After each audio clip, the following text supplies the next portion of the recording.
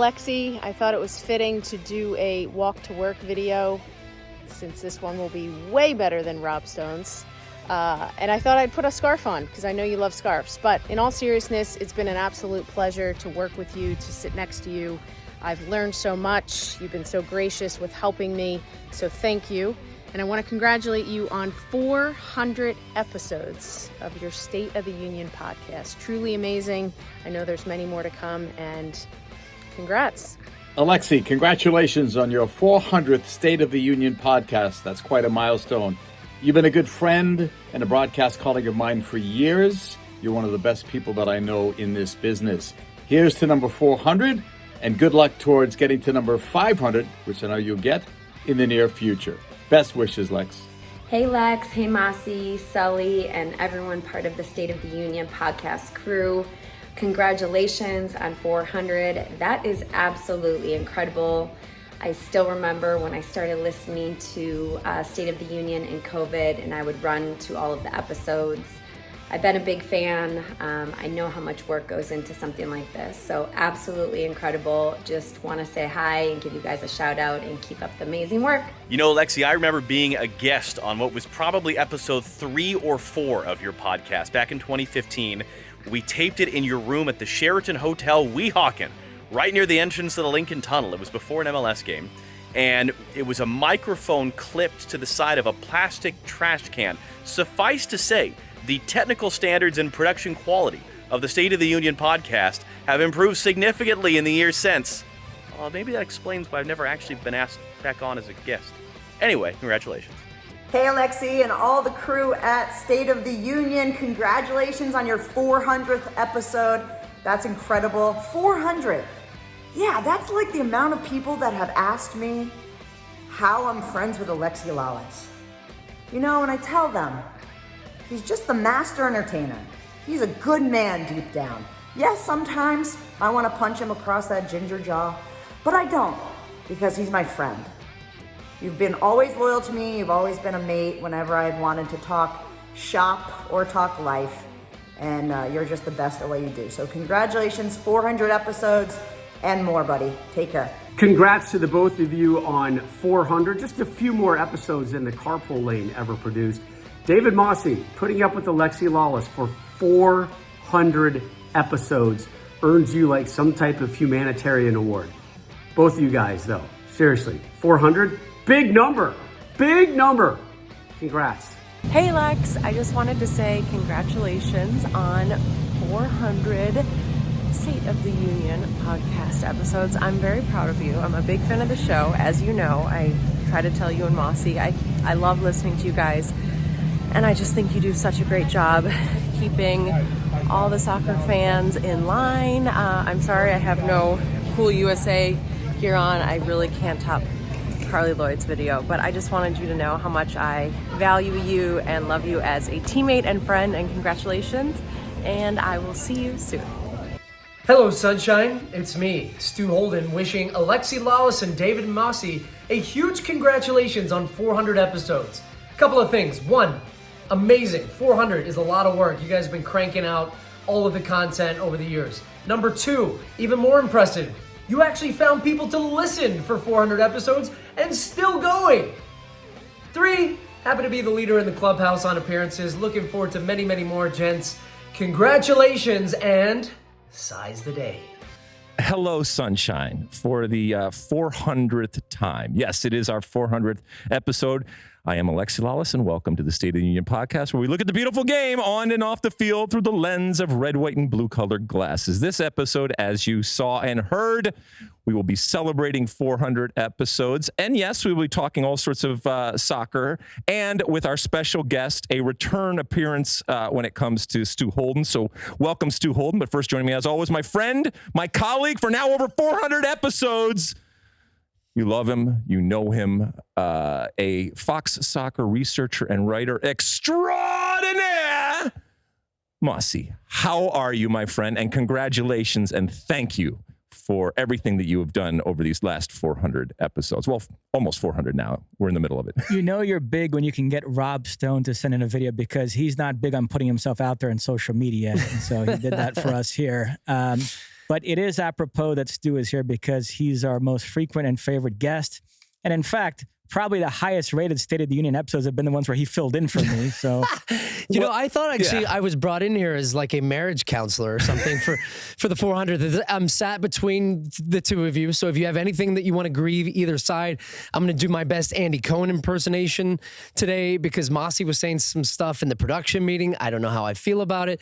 So hopefully we get to 400 more here, guys. Well, for those that are watching, and I know a lot of people actually, that's the way they consume this, they watch it, you will see that we are on one of our beautiful sets here on the 5th floor at the Fox Studios. And the men and women behind the scenes have just done an incredible job. We got balloons, we got visuals, we got, as you said, these incredible seats. We have some cupcakes coming. We will also talk a little bit more about the history and the background of this pod as we go through the show, and certainly at the end of the show in terms of celebrating, because it should be celebrated. We have a long way to go, and we want to continue onward and upward. But those that live and work in the podcast industry, and even those that don't, will recognize, because, by the way, everybody has a podcast, that podcasts usually last, if they last a year, that is incredible. Usually they last a couple months. Either people get bored, they go on to different things, nobody listens.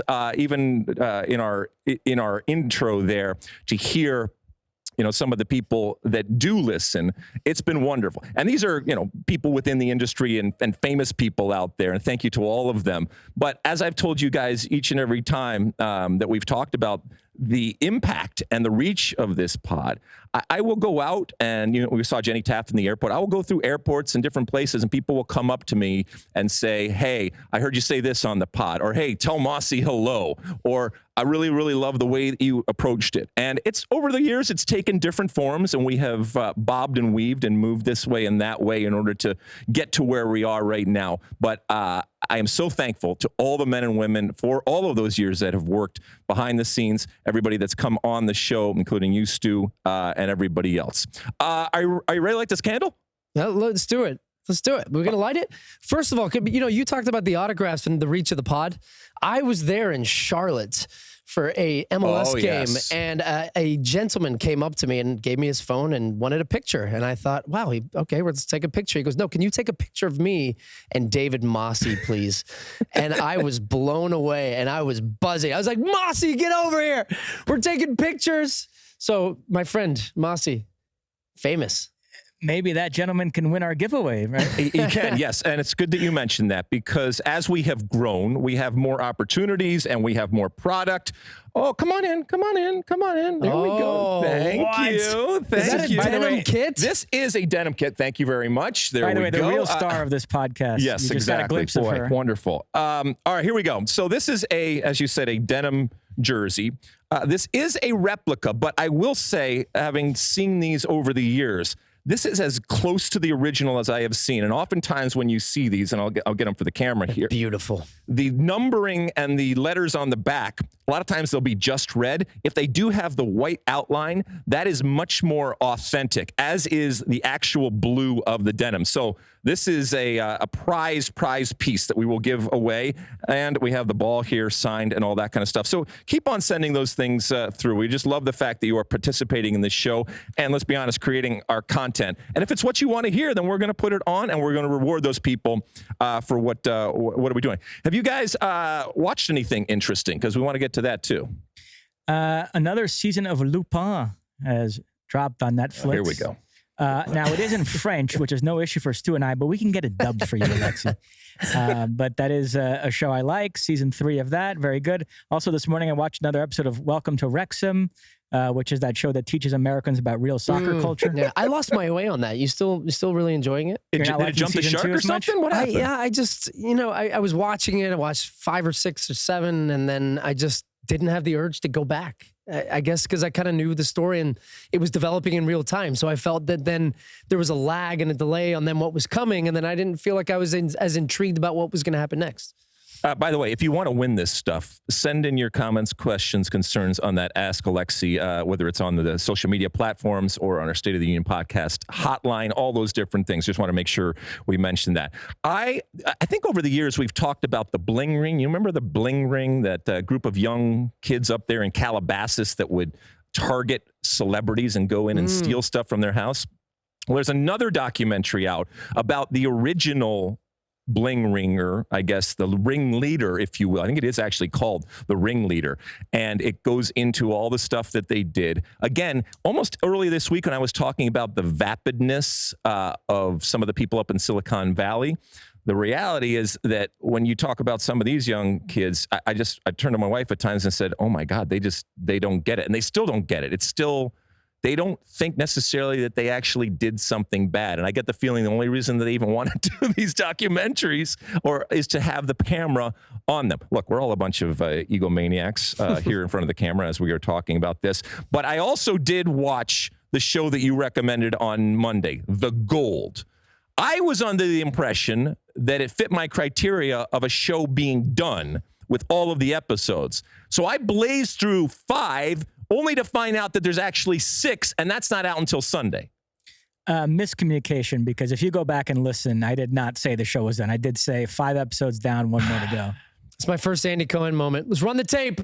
Nope, we don't have the tape. All right, what are you watching, Stu? I'm actually into the Beckham documentary, which I heard you guys talking about. My mom just started. I just talked to her on the way in. She said to say hello to Mosse, but again, we had talked about it, and so she and her husband are watching it now. You know, I grew up in that United era, being born in Scotland. My dad and his granddad were born Manchester-ish, just outside. So all United fans grew up with every United kit from 2 years old to 16 years old. So Beckham was kind of a big figure in my life, as was Giggs, Cantona, all the greats throughout the years. And so it's very nostalgic. I've enjoyed it. I know there's some parts of the story that are missing, but I think it does a good job of even telling the highs and the lows of Beckham in his life and his career, and really what he was able to achieve under so much pressure throughout this time. So I've only through 2 episodes, so I haven't got to Real Madrid or MLS section yet. Got it. Well, Mosse and I reviewed it on the pod earlier this week. If you want to check that out, Mosse, what do you got? One question on Beckham: why would such a good-looking guy have so many tattoos? Aren't tattoos for ugly people to distract from their face? I don't know. He's edgy, Beckham's mysterious. I guess tattoos are mysterious. No tattoos here. I know you got a couple.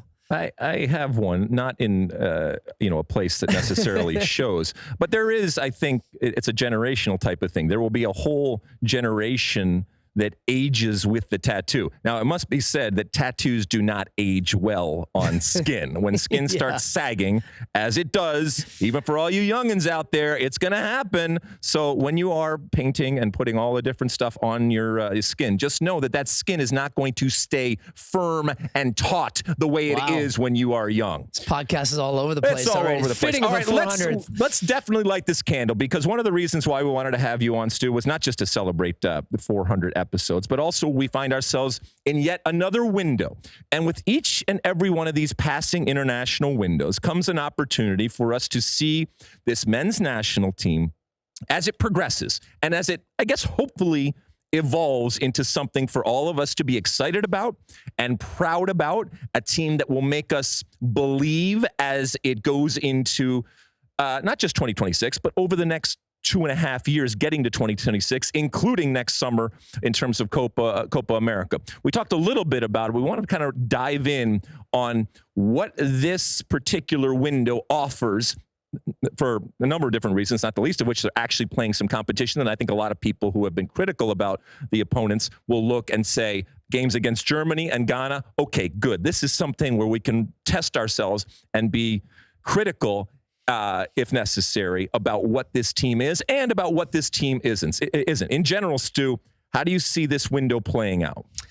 I genuinely feel that this is kind of the real beginning of the next cycle because of what has happened over the last, 9-10 months. And without getting into that, we all know all the things that happened and Gregg Berhalter being to this point and the Gio Reyna stuff and yada, yada, yada.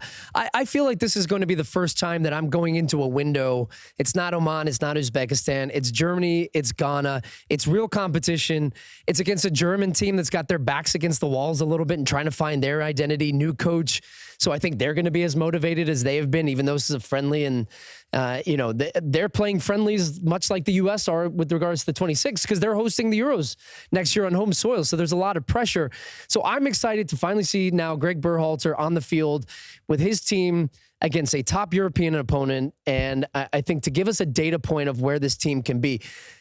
This has to be said, though, within context. We're going to draw so many conclusions from this because we just don't get that many chances now, right? And that's the reality of the situation. Copa America is going to feel like a World Cup next summer for the U.S. because we're like, hey, we have some actual competition in some real meaningful situations. So now, like we have to take what we can from these friendlies. So you should absolutely expect and want to see a good performance from the U.S. You want to see them control periods of the game. You want to see them be dangerous in front of goal. All these things that we continually ask, can they do against top level opponents? And I don't care what Germany's done in the last, couple of months that led to Hansi Flick being fired. It's still Germany. Look at their team. They're stacked. So I'm excited to see what comes of this window. We're excited about it. There are some in Germany that are puzzled as to why a team preparing for the Euros in Germany would schedule 2 games in the United States against CONCACAF opposition, but that's a conversation for another day. You mentioned Gio Reyna. He's in the squad. He's only played 25 minutes or so in the last several months. He finally made his season debut for Dortmund this past weekend against Union Berlin. Gregg Berhalter called him up anyway. I said on the last pod, I think Berhalter just wants to rip the Band-Aid off and put this whole situation to rest. Is that how you see it? And if so, do you think it was the right move? So I do think it's the right move. I was slightly disappointed to hear that their first meeting was over Zoom. I think what transpired and how they got to that point, I do think that was one that probably deserved an in-person meeting and you could maybe parlayed that in a trip and seeing a couple of other players. Regardless, I actually think that Gregg is making the right move here because it's also a bit of, he's got his arm around Gio in a way, because Gio, I don't think based on performances, certainly not from going back to June, has warranted a call up. Because as you said, he's played 24 minutes in now, four months-ish. And so I think this is an opportunity for Gio to get a change of scenery away from Dortmund, back in with the national team, back into a happy place where I think he can be in and amongst the group. And you do need a Gio Reyna back integrated into the group in a way that is motivated and that he can contribute. I don't think you're going to see him start either game. I don't think he's clearly not match fit, not 90-minute match fit, but I think he's a guy that can be an impact player off the bench. But also now you get a chance where you have an opportunity in person to have multiple meetings if needed. And then for Gio to say, hey, how's this scenario going to be for me now under Gregg? What's the dynamic going to be like? What's the relationship going to be like? So it's a mix of ripping the Band-Aid, but also I think some good coaching and a good recognition of the moment and an opportunity to use this where Gio's not in the best spot in his club career, injury, physically, everything. And let's try to keep moving him along and get him back to his best. The irony of the Gio Reyna situation is that what got Gregg Berhalter in some hot water, that TED Talk coming out public, what he was talking about was the dynamic behind the scenes. And I think he'd be the first person to say that, well, that's okay to talk about, not in a public setting type. That's what I want to see. I mean, if U.S. Soccer really had their together, right? There would be cameras. Behind the crest? Absolutely. You want to see a behind the crest that I will watch?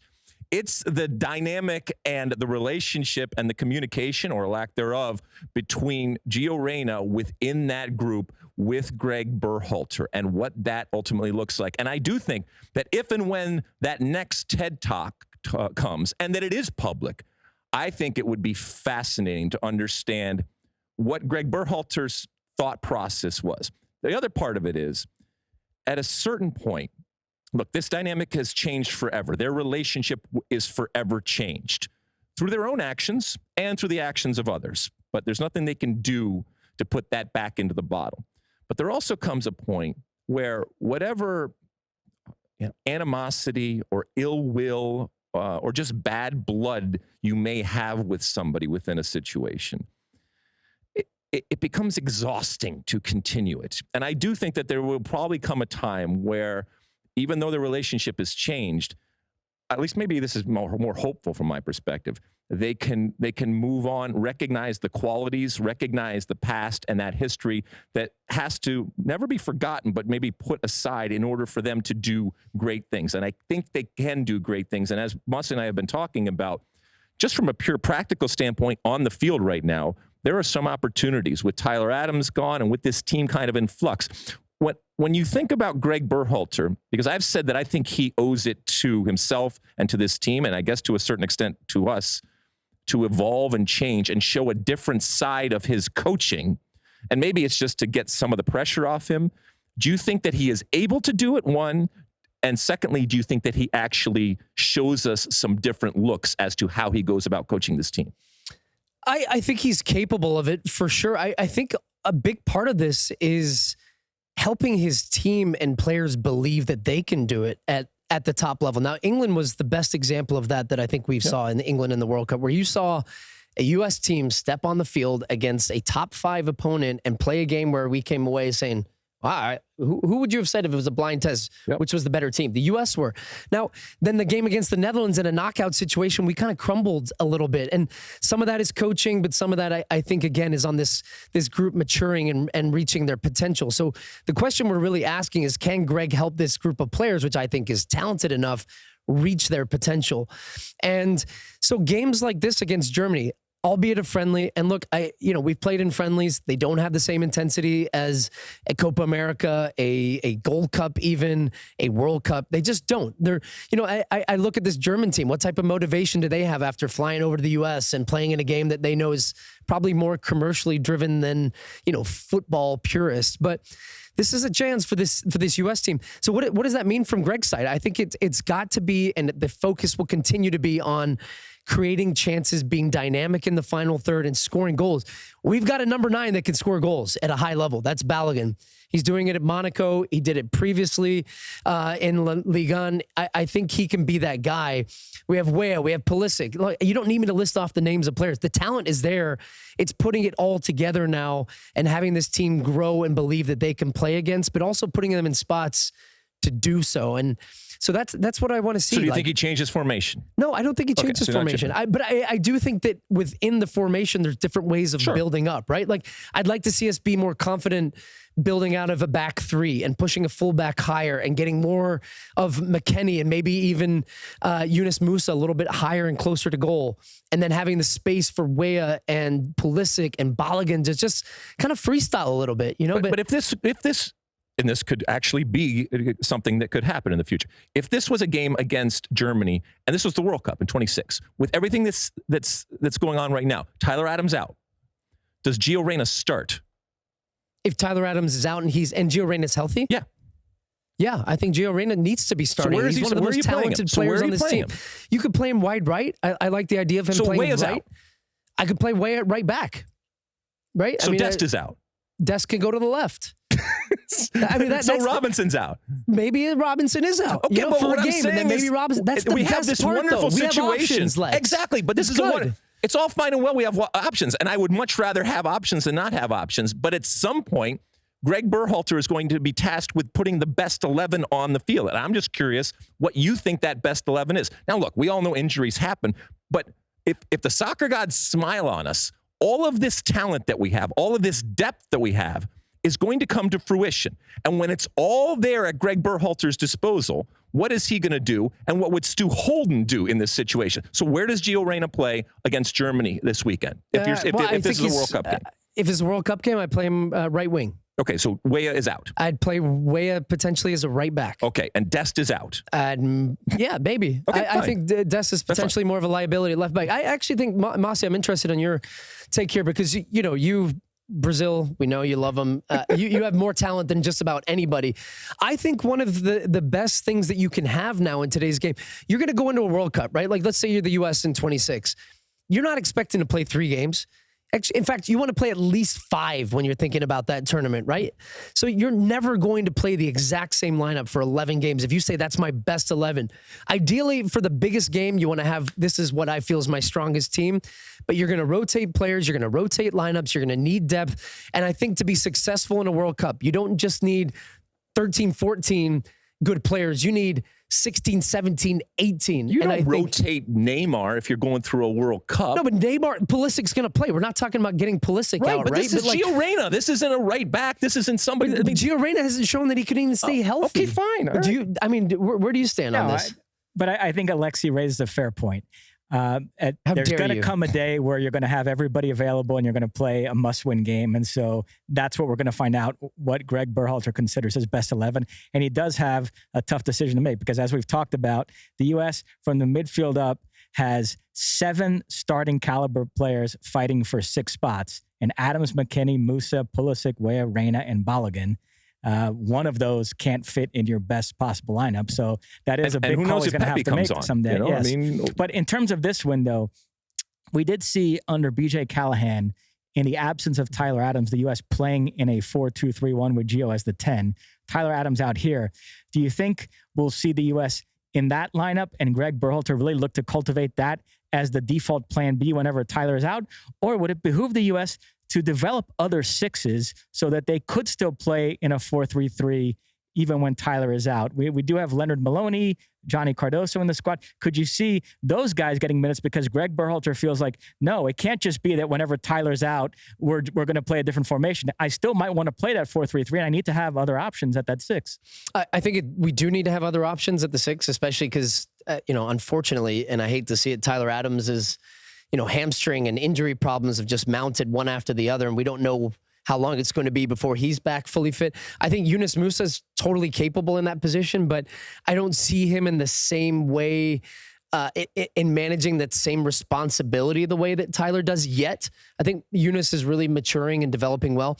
The thing I like about the 4-3-3 formation, though, is that 4-2-3-1, 4-3-3, it's you're flipping the triangle in the middle. And so you're just kind of offsetting the balance based on the opponent and the opposition. And I think one of the keys to really succeed at the next level of the international game is being able to withstand periods of defensive pressure, and where Germany's going to be, let's say this is Germany, for example.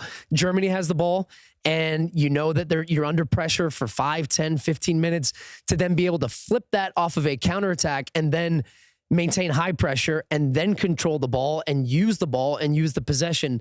And so that's what I'd like to see from this U.S. team is can they do both? Can they withstand pressure?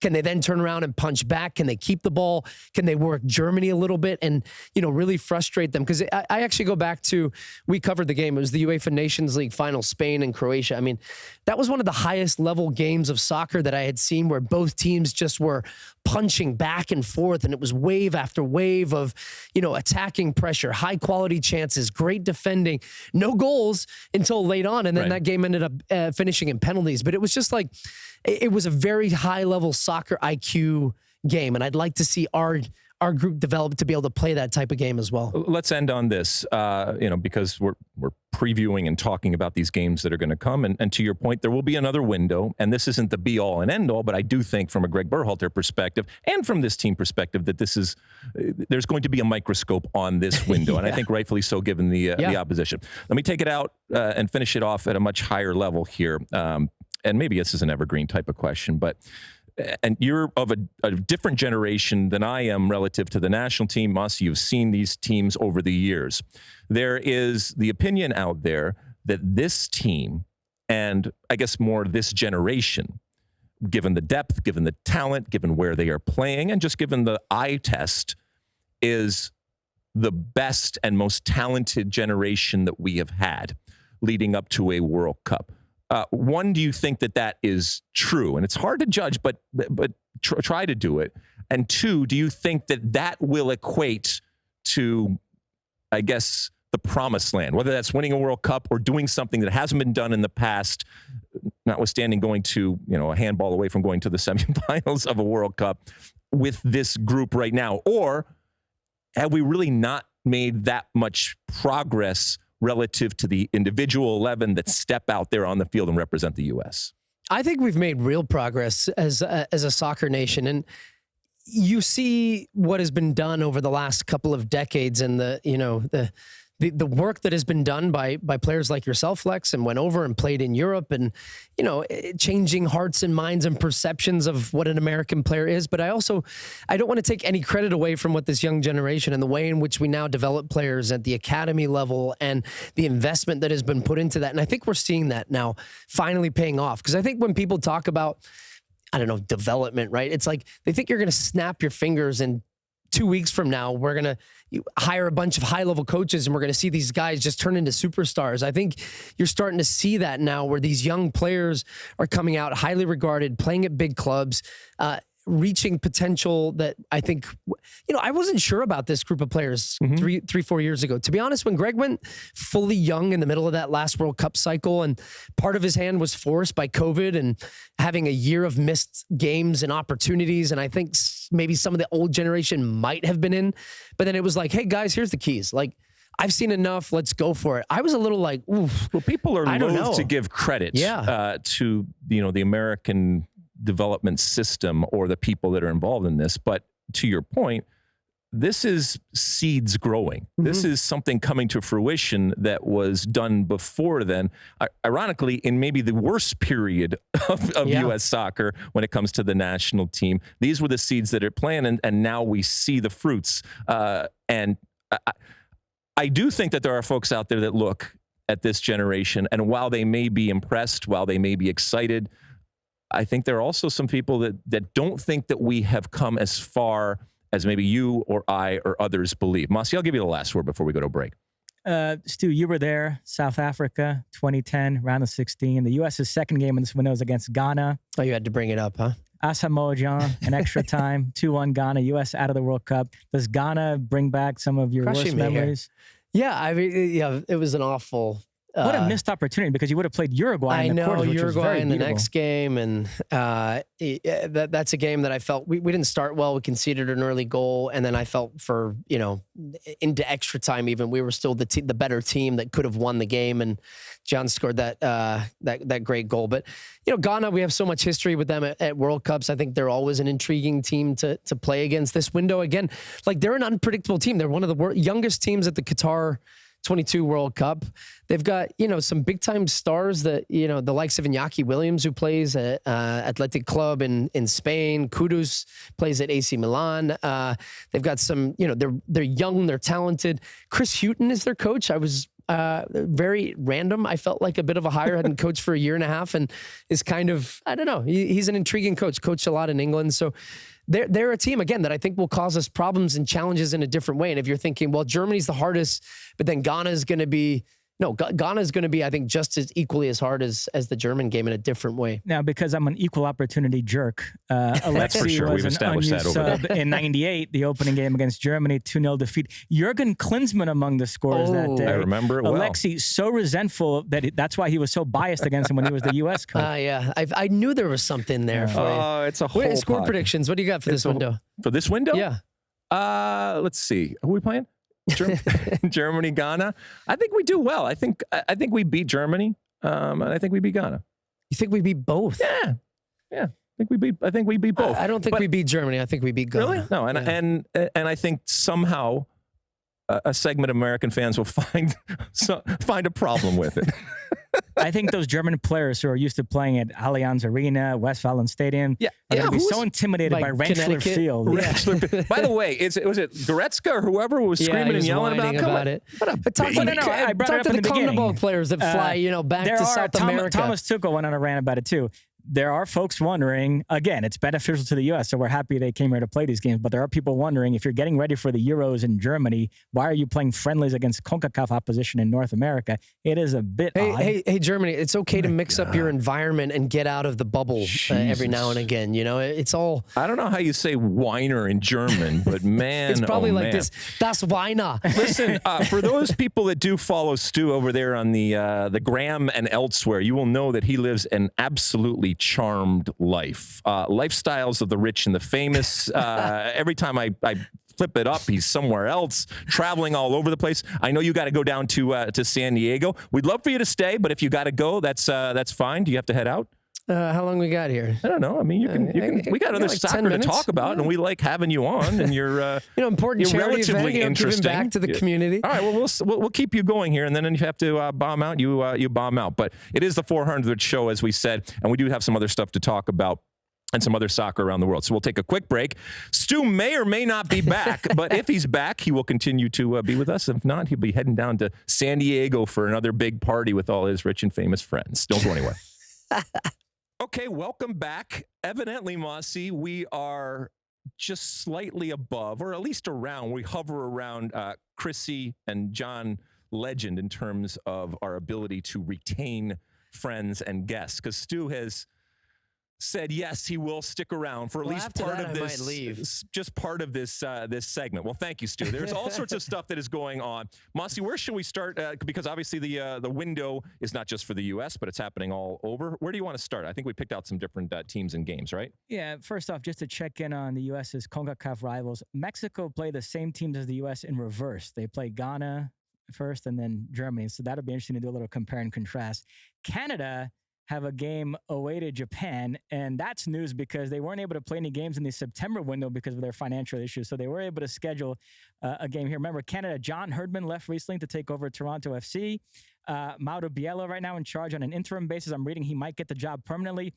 Canada living this kind of parallel reality because they do have this golden generation, Alphonso Davies, Jonathan David, and they do have a World Cup they're co-hosting to look forward to. But because of their financial constraints, the perception is that's not a good job right now. Where do you see Canadian soccer at this point? Yeah, I'm fascinated to see what happens with Canada now because the way they rolled through qualifying the last time and got to Qatar, and then I don't know, it kind of predictably flamed out a little bit It's a pretty good group that they ultimately, in terms of the teams that went on, but they still bombed out. Yeah, tough group, and you know, I don't know if it was going to be possible to maintain that same level within CONCACAF. It did feel like Herdman was starting to, I don't know, tail off towards the end of that cycle. So maybe a fresh voice would be good. I had heard that, you know, and there was an article on this as well, that he had a bit of a riff with some of the senior international players like, you know, Kyle Larin and Alphonso Davies, et cetera. So, yeah, I mean, let's see what happens with this Canadian generation, because you thought there was expectations before.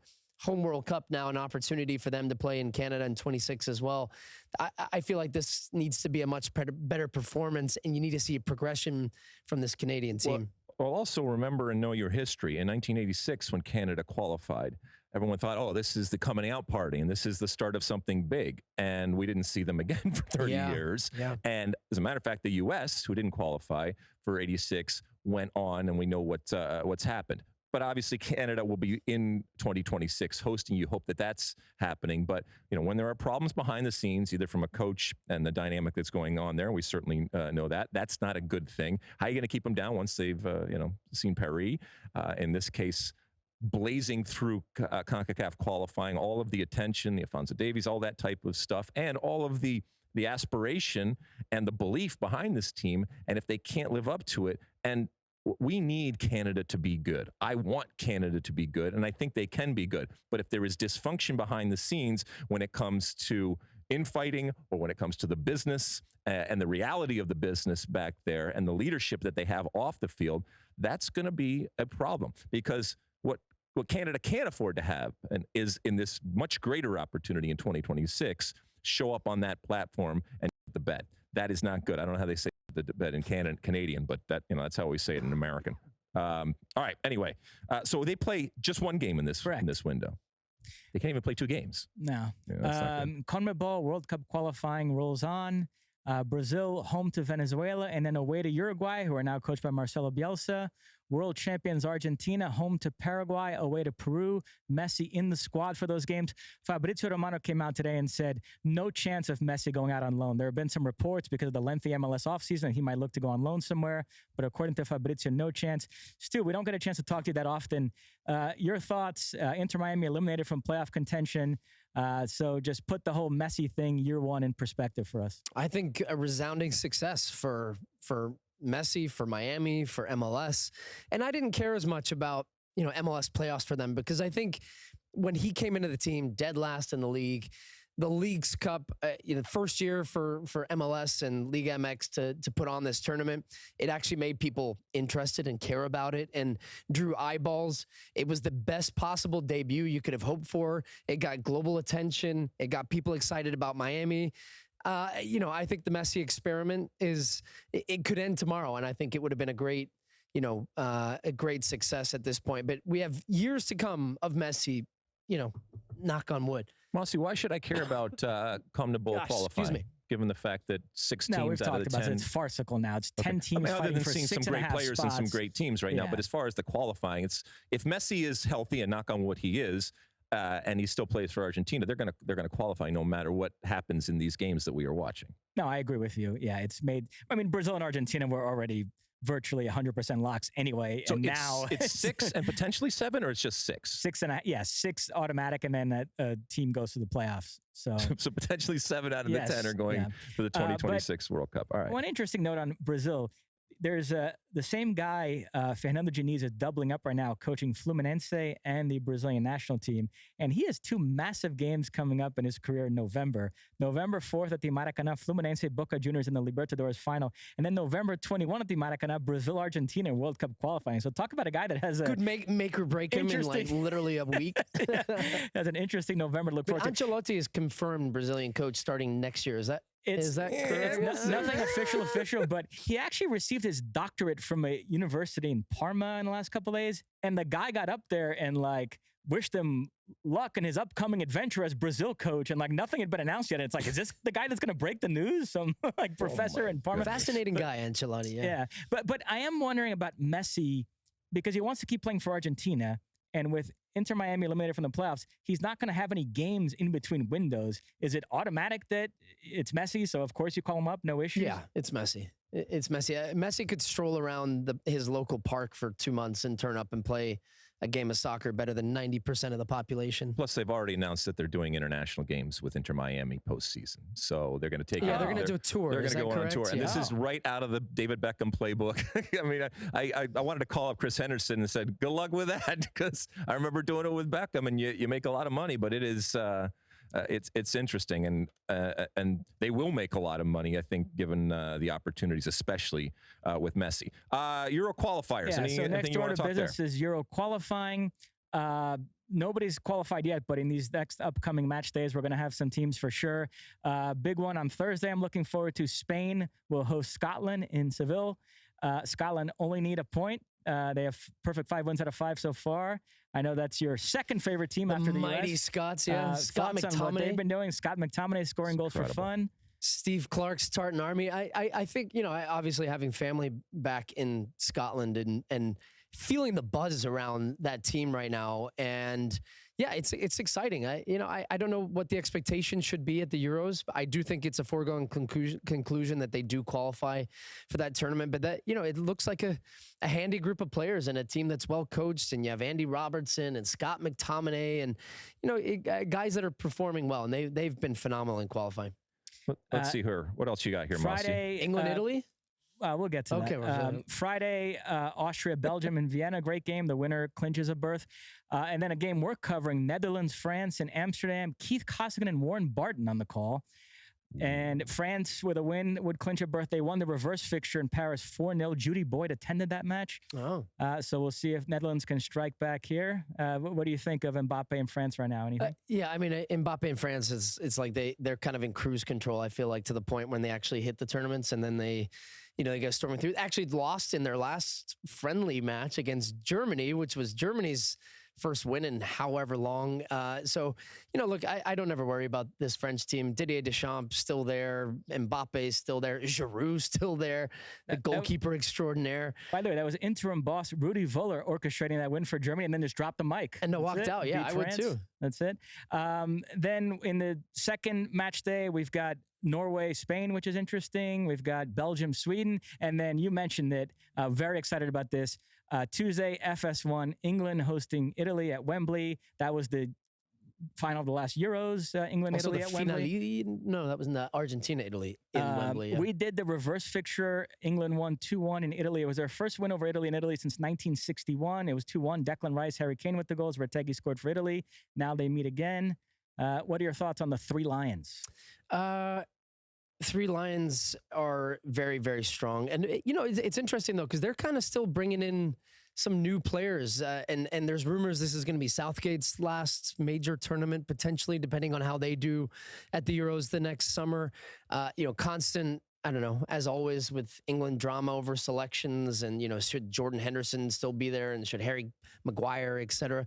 But, I still feel like England, and certainly in qualifying the way in which they performed in Italy, now going home, Yeah, I think this is going to be England's game because I don't even know as much what to make of Italy at the moment. Mancini has gone now. He's gone to Saudi Arabia. Not for the money, though. His mother came out. She was deeply offended. I'm glad she clarified that. You even insinuate that could... Two quick England notes, then we'll move on. I'm very curious to see what position Jude Bellingham plays for England now because he's been playing much farther up the field for Real Madrid, getting all these goals and assists. Southgate surely has to react to that. He can't just keep playing in a deeper midfield position now that we know that he has this sort of attacking prowess. Number two, you know, they didn't go after Balogun that aggressively. And throughout that whole time, they had this air of like, well, he's a big deal for you. We don't need him that much, given all the options we have. And I keep looking at that squad. Obviously, Harry Kane, as long as he's there, they're fine. But, you know, Eddie Nketiah is getting calls. I don't know. Who would you rather have? Ivan Toney maybe back in when he's done with his band. But I think that other center forward spot is an issue for them. And years from now, they might look back and rue the fact that they didn't. They can't take Flo back, right? Okay. We got him. He's ours. The ship sailed. All right. So as you mentioned, all sorts of stuff when it comes to qualifying.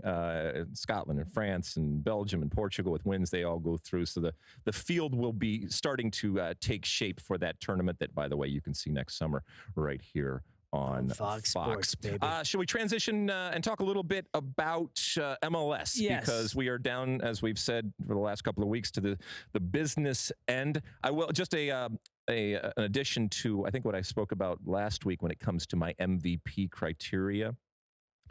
I come to find out that right now it is down to two people. One, Brian White for the Vancouver Whitecaps, and two, Georgios Giacomakis from Atlanta. One's at 14, whereas White is, and Giacomakis is at 13. But I also come to find out that if White wins, he's not on the nominee list for MLS MVPs. Now, I think I can write him in, but this is just sacrilege and complete disrespect, not only for Mr. White, but for Canada in general right now, because I think ultimately he is going to win it.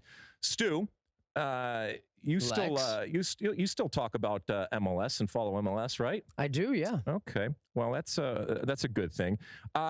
Just before we get into the nitty gritty here at the end, how do you look at this whole season as to what has happened? And I'm interested in your thoughts, given what has happened with Apple, and obviously I know you and John are still doing MLS games when we do our MLS game of the week. But from an off-field perspective and a business perspective, I'm always interested at what you think, because you think about the game. You're an owner with a team and all that kind of stuff. So in general, how do you see the 2023 season of MLS? That's a good one. Look, I think one of the things that this year has shown is that we talk so much about talent on the field, but I think talent off the field has been proved equally as important. And I'm talking about sporting directors, GMs, club presidents, and the two examples that I have are FC Cincinnati and St. Louis City, because for what they've done in their first year, and they went out early and hired Lutz Pfannenstiel and Bradley Carnell, and recruited players and had players in place before the season even started, and have blown records out of the water for a team's first year in Major League Soccer. And to me, that comes down to planning before, having an idea, having an identity, buzzword, but ultimately having results on the field. And I think that comes from laying a good foundation. FC Cincinnati, historically worst franchise up until the last 2 years. And what they did, finally went out and got a good sporting director, Chris Albright, got a good young coach in Pat Noonan, who, admittedly, I didn't expect the type of success he would have so quickly, but he also had experience in his backroom staff, Dom Kinnear, Kenny Arena, down the list. And Cincinnati now Supporter Shield for the first time in their history, first trophy in their club's history. So I think those are good things to say and also see. And then also lessons now for other teams across the league. When it comes to Apple and the deal that they did in TV, of course, I'm a little disappointed that we don't get as much of national exposure, I don't feel like, because sometimes it's hard to step out of our bubble. We're soccer people. Mm-hmm. I'm sure a lot of your listeners are soccer people, and we eat it up and we consume it on a day-to-day basis. I don't think that you still have the type of mainstream, and MLS maybe, it never was in the NFL, NBA, MLB type conversations. But, I don't, for example, right? Like a small example. I'm walking through an airport now on a day when MLS games are on. I never see a game on TV. Nope. Whereas if it was on ESPN, if it was on Fox, if it was on whatever, it's maybe casually on there, right? And people are intrigued and interested and they'll flick it on. You actually have to go and seek it out. And I know they show a ton of games for free if you have an app, if you have the Apple app, and you at least have an inkling of what to do. You can get and consume a lot of content. But that's the trade-off. That's it is the trade-off. That's trade-off for a 10-year, $2.5 billion deal, but possibly being out of sight and mind in a traditional sense. I wonder what momentum you potentially lose heading into 26 when I think we're going to get more and more eyeballs on the game in this country, and you can still consume so much linear soccer, but also, digitally Peacock and, NBC. That's become appointment viewing.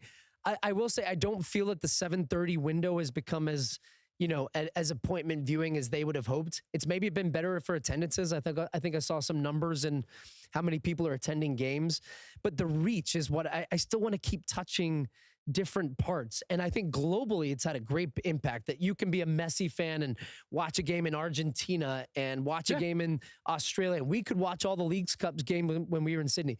That's been a huge plus. And I think it's been groundbreaking in the way in which soccer has covered around the world. So I think for MLS in the long run, I think it will be deemed a success and that the trade-off will maybe be seen as worth it for them going forward. All right, so last weekend will be next weekend when it comes to the play. We'll have who, survived the cut, the musical chairs, who has a chair, who doesn't. You're a gambling man, Stu. Who if you had to put all your money, who you got winning MLS Cup? You just talked about how much you love Cincinnati. You might as well marry them. But I don't think they're going to win. I would take the Philadelphia Union over Cincinnati in a playoff game. Yeah. Ooh. All right. Mosse, anything tickle your fancy there when it comes to MLS? No, I mean, there are some games over the international break to get everybody to 33 matches played, including 3 games this upcoming weekend. Dallas, Colorado. If Dallas wins, they clinch a playoff berth. Nashville, New England, both teams in, just fighting for seeding. And then Galaxy, RSL just fighting for seeding. So we'll keep an eye on those. We'll talk about them. And again, there are certain windows where MLS gives teams the option of playing, because I know that's a source of consternation for people. And so ultimately, you make a business decision as to whether you want to do it or not. And as we said, we're coming down to it. We talked earlier this week about all of the changes when it comes to managers and coaches out there. There will be a influx of new, to your point, talent, whether it's in the coaching positions or the GM positions next year, with those teams that did not like where they finished. A lot of them obviously finishing below that line, and there will be some changes when it comes to the top. Even places like New England going forward. To your point, Stu, it's still La Cosa Nostra. It is still our thing. I love it. Yes, times have changed, and we risk being grumpy old men talking about this in the age where my kids and your kids, they don't see any difference when it comes to linear, and that's how they digest and get their, not just sports, but entertainment. And going forward, they might not look at it, Apple or anything else, in any difference. From a traditional sense, it's absolutely true. I think that there is less visibility. I think that there is less, therefore, relevance of Major League Soccer than there has been in the past. And maybe the folks at Major League Soccer are looking around the corner and they can see ahead, and this was done with an eye to the future. And as I mentioned, billions of dollars, that's not something when you have that bird in the hand you want to take, especially if you're a league that is still growing. But I wonder what they ultimately have given up, or again, if we're just grumpy old Manning. Let's take another quick break. When we come back, we will have our Ask Alexi segment. We are going to say goodbye at this point to Stu Holden. He's going to head down to San Diego and eat caviar and drink champagne with beautiful people. Thank you, Stu, for hanging out with us on this 400 show. On my way out here, congratulations, guys. 400 episodes is a heck of an achievement. I see this guy traveling with his microphone in his bag everywhere, and we're doing podcasts in his hotel room. He's cranking it out. But listener of the show, fan of the show, happy to be appearance leader in the clubhouse if you have me back. The great Stu Holden. Thank you, my friend. All right, we'll be back in a sec. Okay, welcome back. It's time for Ask Alexi, that part of the show where you send in your comments, questions, and concerns. And you can use that hashtag Ask Alexi on all the social media platforms out there. And keep in mind that it's SOTU with Alexi, or you can call into our State of the Union podcast hotline, which is 657-549-2297. That's 657-549-2297. Mosse, what do we have this show? First up, a Twitter question, some context here. You were recently asked on Twitter about the outlook for MLS for the next 5 years. You listed a bunch of things. One of them was adding more teams. You suggested Vegas, Detroit, San Antonio could be locations. So in reaction to that, @Lardacious asks, but Alexi, do we need more teams than we have now? Do we need more teams? I would actually say yes. And I will... some little context here. From the moment that MLS started, back before you were born, Mosse, back in 1996 when we came about, and even before as we ramped up for 1996, there was a constant mantra of don't make the same mistakes twice. And a lot of that was in reference to what the NASL was and then folded and the mistakes that they made, especially when it came to expansion. And I was right there saying, hey, we have to take a slow and steady approach, and we really have to be careful not to get too far ahead of ourselves. Now, 30 years later, I think that the landscape of American soccer, I think you'd agree, has fundamentally changed, and I think for the good. We talked a little bit about Stu, about sometimes we kick ourselves for what we haven't done, but we also have to recognize and pat ourselves on the back for what we have done. Doesn't mean we don't have a long way to go. But when it comes to the size of this nation, and I guess when it comes to MLS, you're talking about the size of the nations with Canada and Mexico. But even if you're talking about USL and NWSL, there are plenty of markets out there that I think could not just have teams that survived, but thrived. The definition of what a soccer market is has drastically changed. When you talk about, Cincinnati or Nashville or Austin or places that growing up, while they may have had soccer, they were not looked at as soccer markets, either from a playing standpoint or from a business standpoint. A country our size has so many different markets that I do think could benefit from soccer teams and could sustain and nurture a soccer team. Also, I would submit in a different way than other sports and other professional teams. Does it mean that absolutely every market has to have an MLS team? No.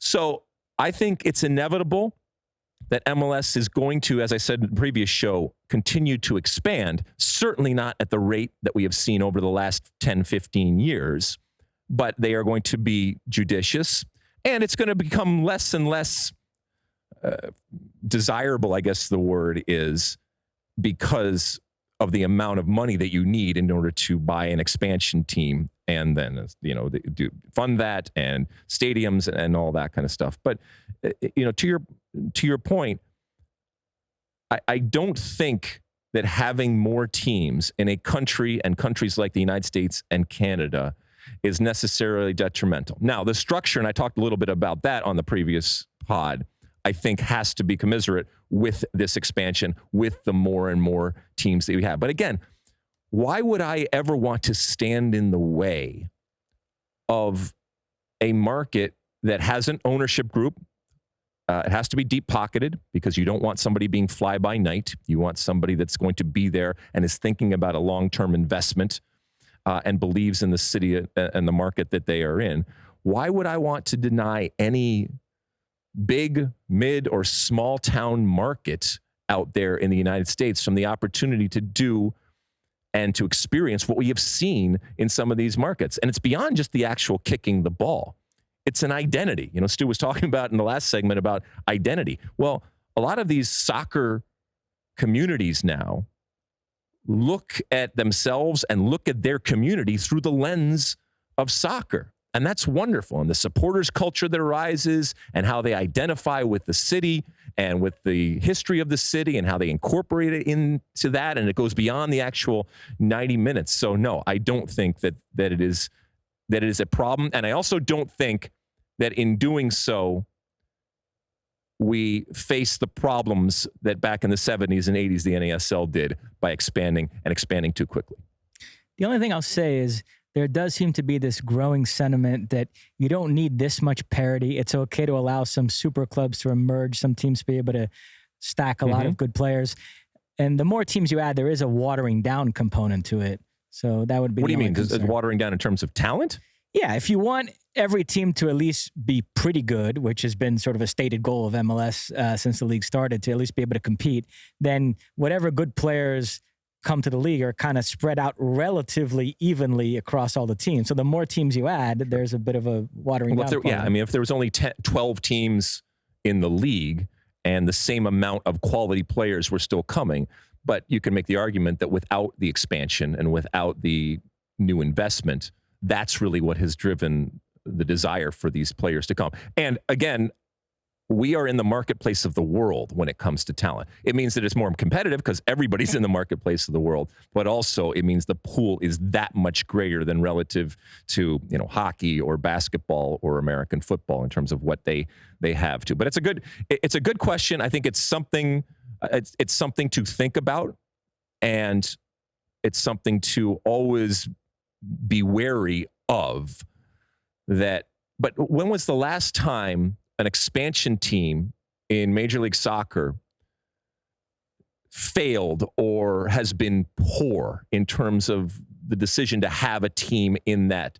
Even the relocated teams, whether it's going to Houston, whether it's certainly going to Austin and these types of things, it has worked out. And I'm not wishing it on anyone, and there will come a moment where something doesn't work out, whether it's for reasons that are beyond their control or not, who knows? But again, that footprint of what Major League Soccer looks like right now. And again, I'm going to throw in USL and NWSL in terms of just professional soccer in places. I think that there is still room to expand. And I think because of the unique aspects of our country and culture and just the geography and the size, that there are still pockets and places that soccer can go to and can be not only a success, but not detrimental to the overall venture, whether that's a league or whether it's just the sport in general. What else, Mosse? Next up, Stevens in the Sahara on Apple Pod Review.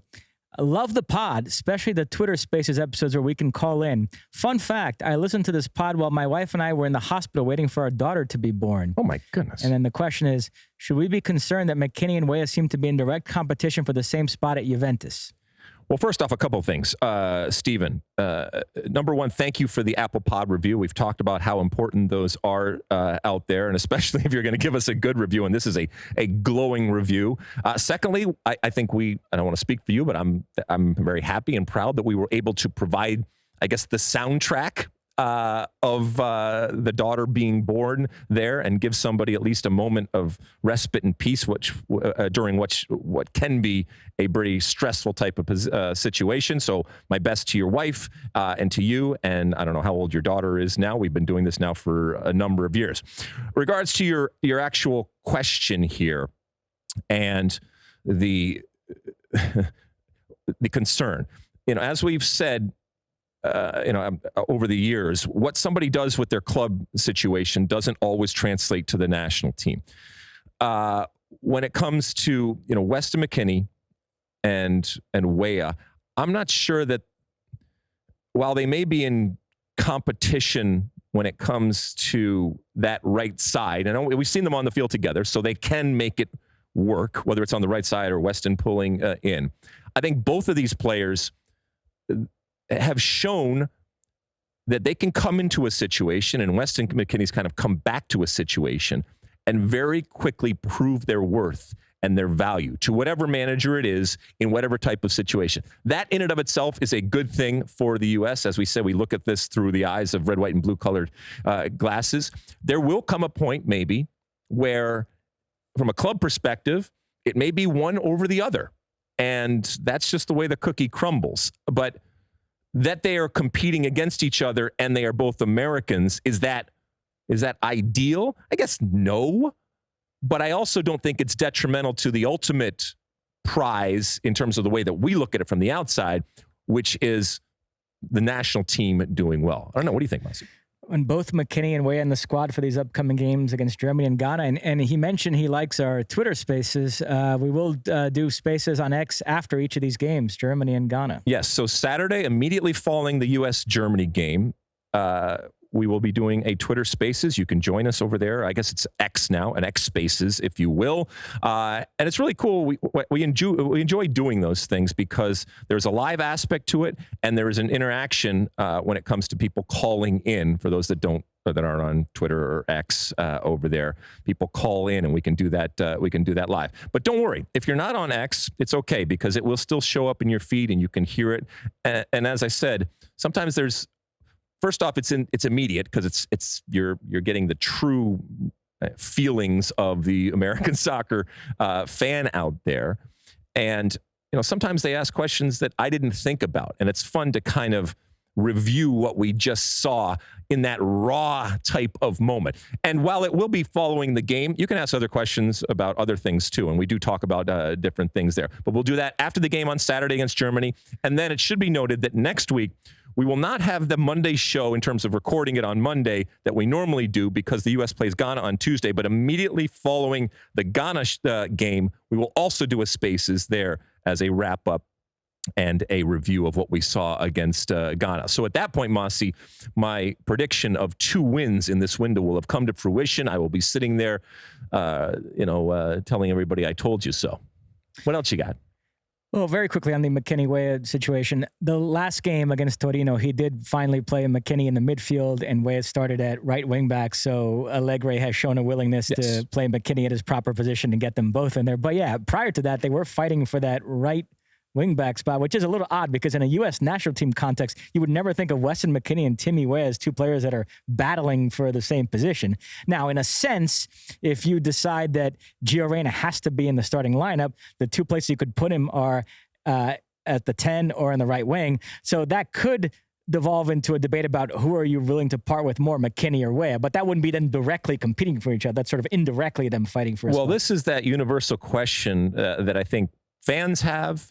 And I think coaches have to deal with of, do I just find a way to get the best soccer players on the field and just make it up? And it depends, Germany might be different in the way they approach it as opposed to the US and Gregg Berhalter. And again, it's these nice problems to have in terms of the talent and the depth that we have. So we'll see ultimately where they play. But I wouldn't worry, Stephen, when it comes to McKinney and Weah. I mean, they're playing in a great league. They're playing on a great team, and they have obviously already proven their value. Can I just say, I can't imagine his wife was thrilled that while she's giving labor, he's listening to our pod. Well, we appreciate that he has priorities in his life. And, his wife is certainly more than able to call up and express her displeasure with him and the pod, if that is the case, because she can call up on the State of the Union podcast hotline, which is 657-549-2297, as all of you can. Or you can be like others and send in your Ask Alexi questions out there on the social media platforms, SOTU with Alexi. And we thank everybody for doing that and remind you again about those spaces that are coming up that Stephen, and I'm just going to assume his wife and his young daughter all will be on and enjoy. All right, let's take another quick break. When we come back, we will not only wrap up the show, but we also reminisce, being that this is our 400th show. Don't go anywhere. Okay, welcome back. It is the end of our show, and at the end of each and every show, I give you my one for the road. As we have mentioned, this is our 400th show. Can you believe it, buddy? That is amazing for a number of reasons, not the least of which is that podcasts traditionally do not last past their first months. And the fact that we started this in February 2018 and that we are still going strong. And listen, it has to be said, it has changed dramatically in aesthetic and tone. Obviously, you and I have been a constant. This is actually a picture for those that are watching of you and I on the very first day. What are you wearing there? Is that a PSG jersey? Yeah, I don't know if you recall, but early on when we started doing this pod, we were going to do this little bit where I was going to wear a different team's jersey every episode And as often as I could, I tried to make the jersey relevant to that episode. And when we started in February of 2018, it was right before a Real Madrid PSG Champions League round of 16 tie that we were going to be talking about on that show. So that's why I wore my Neymar PSG jersey. That was Neymar's first season with PSG. And yeah, if you go through like subsequent episodes for the first few months that we did the pod, I was always wearing a different team's jersey. In that, speaking of what we were wearing, in that picture, I'm wearing a black velvet type of jacket, and I proceeded to wear it every single show until a friend of mine kindly called me up and said, "You may want to change it at a certain point." And all of that is to say that we have changed a lot. That picture was also taken in our really, really old digs down in Playa, in basically a closet or a redone type of office. And we just kind of brought in whatever memorabilia we had and just made it our own. We have gone through a number of producers over the years. Can you name all our producers? Are you able to do that? The first ones it was a tag team of Alex Dowd and Francis Arthur. Yes, that's right. And then what? Then where we go to? Well, Francis Arthur left. Right. I was deeply resentful. I've taken numerous shots at her through the years. And now, in a crazy twist, she's now our boss, essentially, because she's been put in charge of this podcast. So, she needed to go out into the world and recognize that she never had it so good as when she was with the State of the Union. But yeah, so then, what was it? Luis? We had Luis. Jeff Hernandez. Jeff Hernandez, Luis Aguilar. Luis Aguilar. My goodness. We had all sorts of folks over there. And then who's the guy now? Does it? Huh? Producer Sean? Yes. Yeah. I mean, he's still it's kind of still a probationary type of thing when it comes to producer Sean. And given the Spinal Tap drummer-esque type of in and out that we have when it comes to producers, I mean, he shouldn't get too comfortable going forward. Do you remember how it all came about? I went back and looked at some old emails as to what was going on. You had done I guess radio or podcasting with our friend Eric Ronaldo over there in Sirius. And so I had already kind of heard, and folks out there had seen your incredible abilities. This is how I vaguely remember it. We were talking off the air. Neither of us really remembers the exact details here, but yes, I did a radio show on Sirius XM with Eric Ronaldo for a couple of years. And when Eric first asked me to do that, people at Fox thought he was nuts because Mosse, he's not going to translate on the air. You know, he's kind of a weirdo. But lo and behold, we were actually pretty good. We had good chemistry and people got to see him.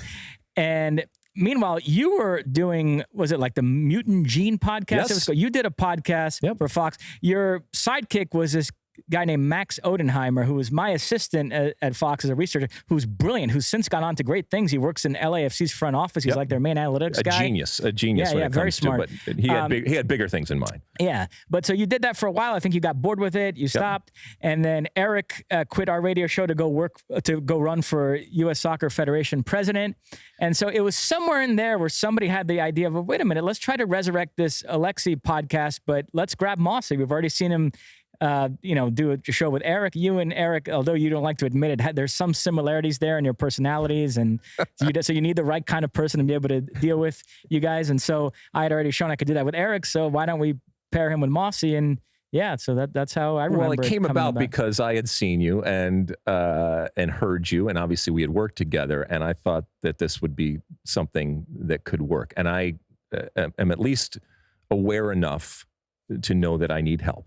And you have given that each and every day. I was listening back to some of the old podcasts, and you mentioned the what would have been the USSF presidential election and all the drama that went on behind the scenes. That was one of the biggest stories initially when we started this pod about what we were doing.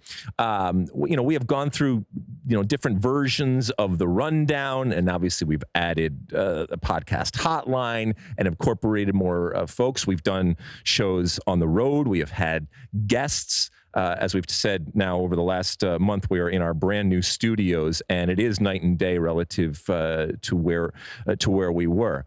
Now, I had done podcasts all the way back to my ESPN days, and so this is not necessarily anything new to me. But what I have seen, and this warms the cockles of my redheaded American heart, is a recognition of the value, and the opportunity and the possibility, I guess, in the podcast space. And for a lot of these big companies, there is, the traditional linear type of broadcasting part of the company, and then there's digital. And I can say this, oftentimes they are treated as the redheaded stepchild. I am a redheaded stepchild. That has started to change, and dramatically.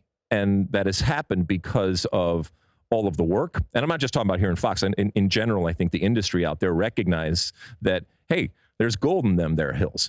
From our personal perspective, I don't want to speak for you, but it has given us a wonderful outlet to be able to talk about the things that we love, to be able to breathe when we are talking about them, to go much more in depth, to cover more of the subjects than our traditional television type of performance gives us. And I love the television side and that traditional television side, but I also recognize that, I'm dealing with 15-second bits here, and that's part of the skill, if you will, and I like to think that I do it well.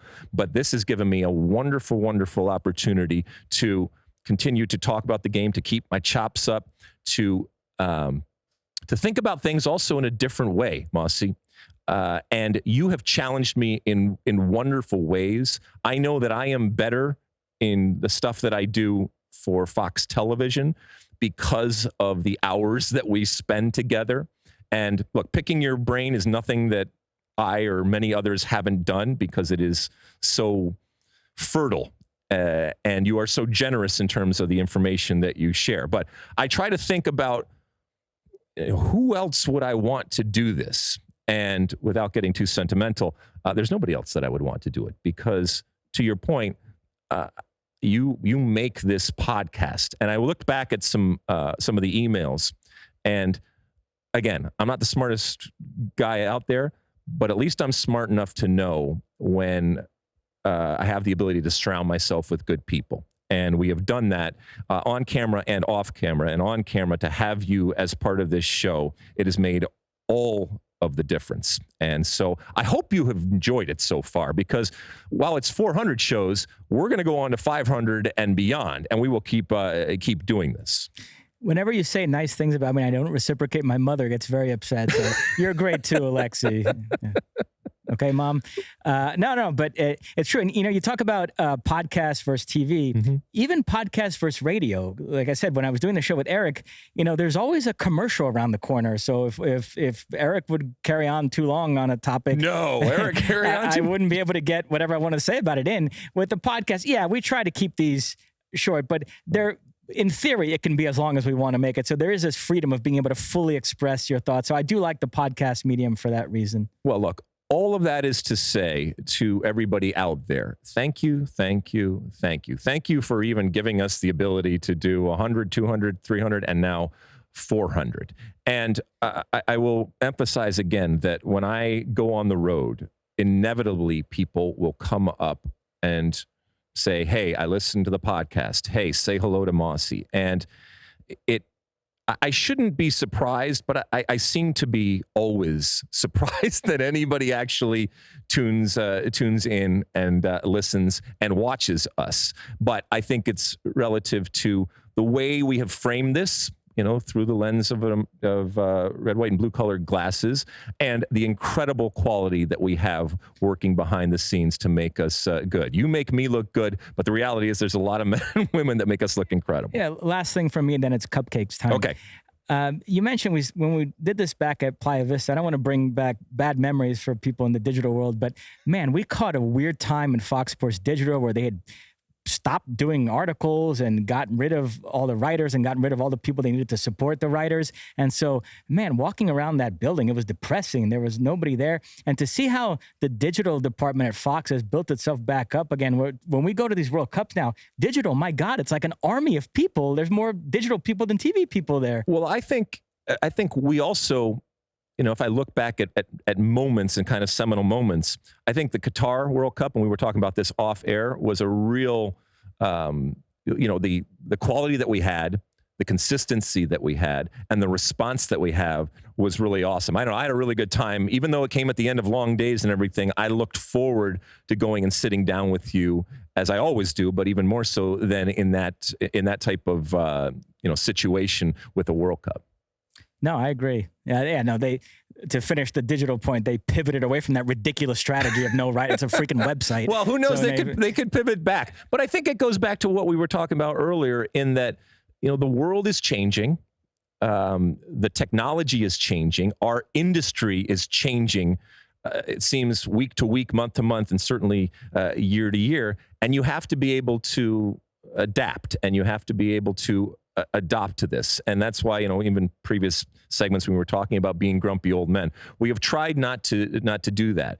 And this format, I love the fact that we are in people's ears or, on their screens when they are out there at work, or when they are out running, or when they're in their car, or when they're in the delivery room. We are part of the fabric of their life. And we find out how much we are when it doesn't show up in their feed.